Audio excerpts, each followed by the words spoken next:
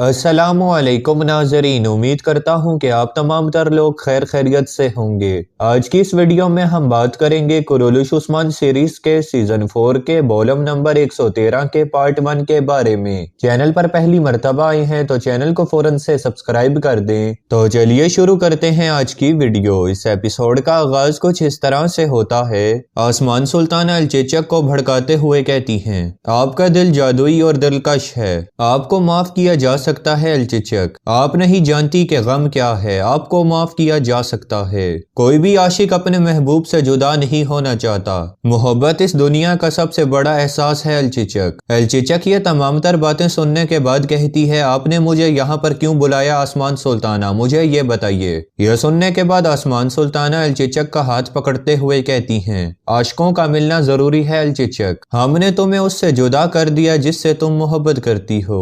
एक तरह से हमने तुम्हें पिंजरे में कैद ही कर दिया। अब देखते हैं कि आप हमारे कियों पर हमें माफ कर सकती हैं। इधर दूसरी तरफ कबीले में जेरकोतई अलजन खातून के साथ तलवारबाजी का खेल खेल रहा था और वो अलजन खातून से कहता है, आओ अपनी कलाइयों को हरकत दो, सिर्फ अपने मुंह को ही नहीं, आओ हिम्मत करो अलजन, हिम्मत करो। यह सुनने के बाद अलजन खातून गुस्से से उस पर वार करती हैं तो जेरकोतई उनके वार से बचकर उनकी तलवार को रोकते हुए कहता है, सीख जाओगी, सीख जाओगी, मैं तुम्हें इस तरह से तलवार चलाना सिखाऊंगा कि बाला खातून तुम्हें अपनी खवातीन जंगजुओं में शामिल कर लेंगी अलजन। यह सुनने के बाद अलजन खातून गुस्से से कहती हैं, मैं इसी तलवार से तुम्हारी जान ले लूंगी जेरकोतई। ये कहने के बाद वो फौरन से जेरकोतई की गर्दन पर अपनी तलवार रख देती हैं। ये देखने के बाद जेरकोतई मुस्कुराते हुए कहता है, अरे माशाल्लाह। अलजन खातून इस पर कहती हैं, अगर तुमने अपने मुंह से एक लफ्ज भी बोला तो मैं तुम्हारी इसी तलवार से जबान काट दूंगी जिस जबान से तुमने मुझे बहन बोला।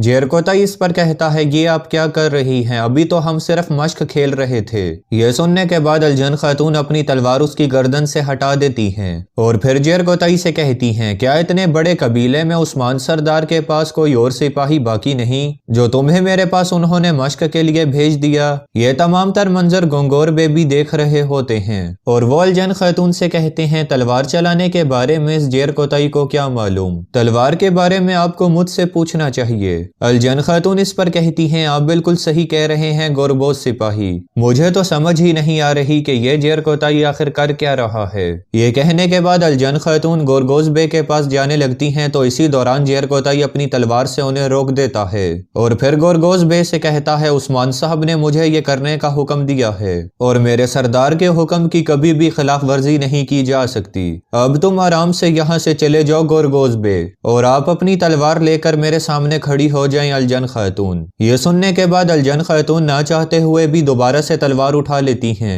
और फिर जेरकोतई पर वार करती हैं तो जेरकोतई उन्हें पकड़कर दरख्त के साथ लगा देता है और फिर दरख्त में अपनी तलवार घोंपकर उनसे कहता है, जंग में आपको अपने दुश्मन की आंखों में देखना होगा अलजन खातून, और वो भी बगैर किसी डर के, और मजीद आपको अपनी हिफाजत भी करनी होगी। ये देखने के बाद गोरगोज बे कहता है, जो कुछ वो पहले से जानती हैं तुम वो भी उन्हें भुला दोगे जेरकोतई, मेरी तरफ तो देखो जेरकोतई, मैं क्या कह रहा हूँ। हाँ, इधर दूसरी तरफ आसमान सुल्ताना अलचेचक खातून से कहती हैं, सिर्फ अल्लाह ताला की जात ही अकेला रहती है क्योंकि वो वाहिद है। इब्ने आदम को उस इंसान से जुदा नहीं होना चाहिए जिससे वो मोहब्बत करता है। अलचेचक ये सुनने के बाद कहती है, लेकिन आपने वो पहले नहीं किया जो आपके अल्फाज अब कह रहे हैं, आप ही वो थी जिसने मेरी शादी बयंदर बे के साथ करवाने की कोशिश की। आसमान सुल्ताना इस पर कहती हैं, इंसान कई बार गलतियां करता है अलचेचक, मैं भी तो तुम सब की तरह एक इंसान हूँ, यकीनन गलतियां तो मुझसे भी हो सकती हैं, लेकिन मुझे ये बात कभी भी मालूम नहीं थी कि तुम्हारा और एक्तामूर का रिश्ता इतना मजबूत है। काश के मुझे ये बात पहले मालूम होती तो मैं बयंदर से कभी भी ऐसा वादा ना करती। अलचेचक ये तमाम तर बातें सुनने के बाद कहती है, अब इस बात की कोई भी अहमियत नहीं रही वालिदा सुल्ताना, हमारी मोहब्बत को आपकी गलती से आजमाया गया और हम इस इम्तिहान में नाकाम हो गए। मेरा और एक्तामूर हमारा मामला अब खत्म हो चुका है, इसलिए इस मामले पर बात करने की अब आपको कोई भी जरूरत नहीं। आसमान सुल्ताना इस पर कहती हैं, कुछ भी खत्म नहीं हुआ अलचेचक। कुछ देर बातचीत करने के बाद अलचेचक वहां से चली जाती है।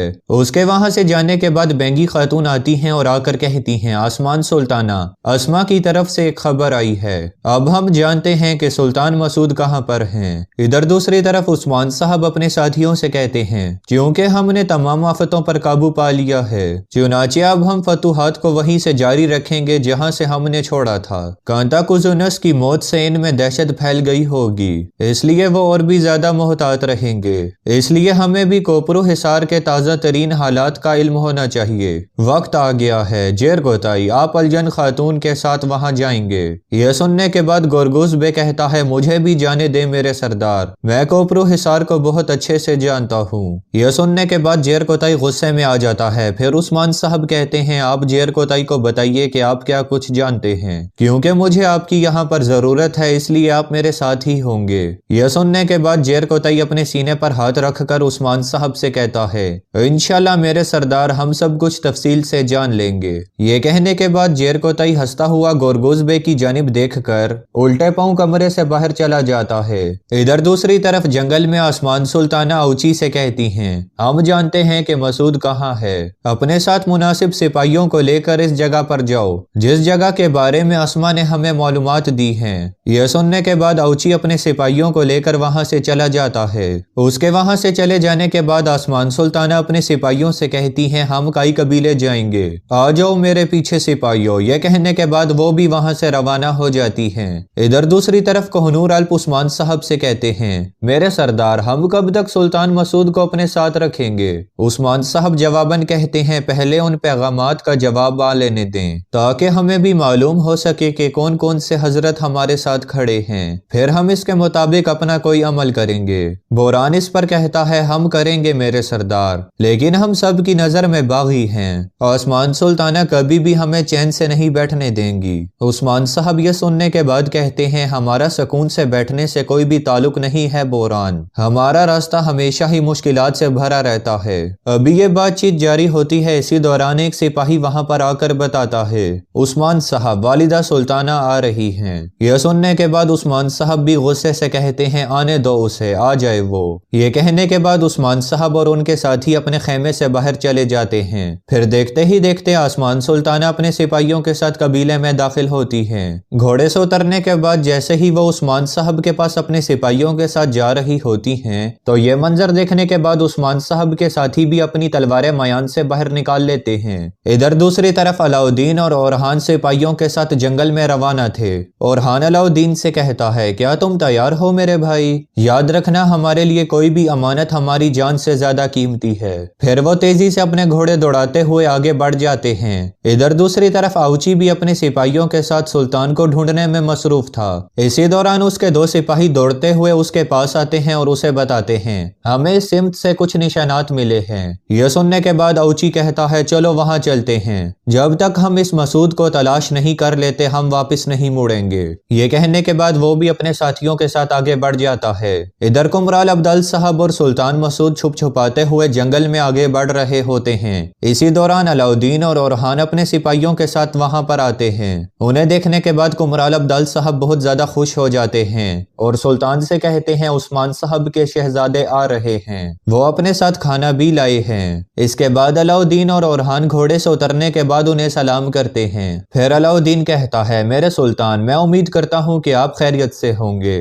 سلطان مسکراتے ہوئے کہتے ہیں اللہ کا شکر ہے میرے بیٹے۔ پھر علاؤدین کہتا ہے میں آپ لوگوں کے لیے کھانا لایا ہوں۔ اس کے بعد اورحان کہتا ہے سلطان حضرت، بابا نے ہم سے کہا تھا کہ آپ ہمیں کسی قسم کی امانت دیں گے۔ سلطان اس پر جواباً کہتے ہیں جی ہاں، تمام سرداران کو خط بھیجے جائیں گے، وہ سب میرے پاس لکھے ہوئے ہیں۔ ابھی یہ بات چیت جاری ہوتی ہے، اسی دوران ایک سپاہی آ کر بتاتا ہے آسمان سلطانہ کے سپاہی آ رہے ہیں۔ یہ سننے کے بعد علاؤدین اورحان سے پوچھتا ہے ہم کیا کریں گے بھائی؟ تو اورحان جواباً کہتا ہے میرے پاس ایک منصوبہ ہے، ہم اس کے ذریعے یہ مشکل حل کریں گے۔ تو ناظرین اسی کے ساتھ ہی اس پارٹ کا اختتام ہوتا ہے۔ یہ ویڈیو آپ کو کیسی لگی ہمیں کمنٹس میں ضرور بتائیے گا، اس کے ساتھ ساتھ ہمارے چینل کو سبسکرائب کرنا بھی مت بھولیے گا۔ میں ملتا ہوں آپ سے اگلی ویڈیو میں، تب تک کے لیے اپنا خیال رکھیے گا۔ اللہ